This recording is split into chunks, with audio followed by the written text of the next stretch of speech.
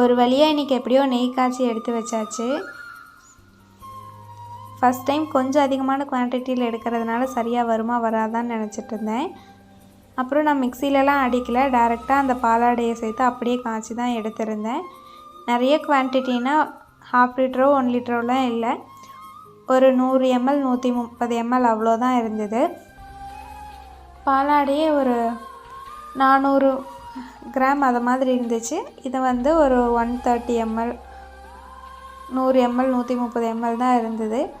அதுவே கொஞ்சம் அதிகமான குவான்டிட்டி தான். ஏன்னா எப்போவுமே கொஞ்சம் சின்ன டம்ளர்லையோ இல்லை 1/2 டம்ளரோ அந்த அளவுக்கு தான் எடுப்போம்.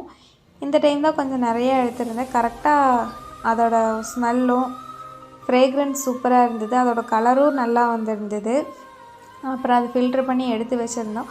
அது கொஞ்சம் ஆறுனதுக்கப்புறம் லைட்டாக அடியில் டஸ்ட்டு மாதிரி ஸ்டோர் ஆகிற மாதிரி இருந்தது. அதை மட்டும் ஃபில்ட்ரு பண்ணிவிட்டு ஆல்ரெடி நெய் இருந்த டப்பாலேயே தான் ஊற்றி வச்சுருந்தோம். அதோடய குவான்டிட்டி எவ்வளோ இருக்குது அப்படின்னு சொல்லிட்டு பார்க்குறக்காக ஊற்றி வச்சுருந்தேன். ஒரு 130 ml ஒரு 130 ml தான் வந்திருந்தது. கடையில் வாங்குகிற நெய்யை விட இது வந்து நல்லா அதோடய ஃப்ரேக்ரன்ஸ் வந்து நல்லா இருந்தது. அவ்வளோ கமன்னு இருந்தது, நல்ல மணமாக இருந்தது.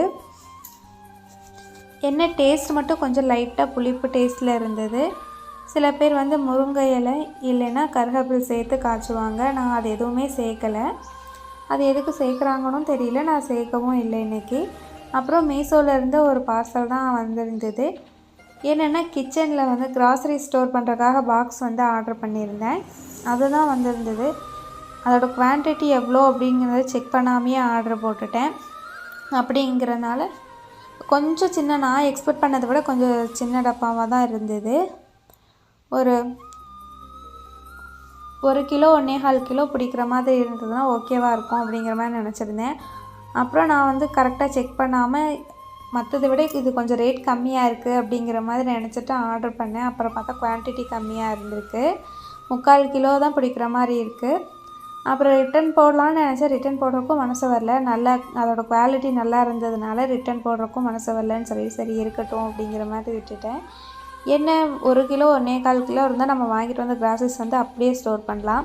இல்லைன்னா பேக்கெட் பிரித்து பாதி வந்து அப்படியே எடுத்து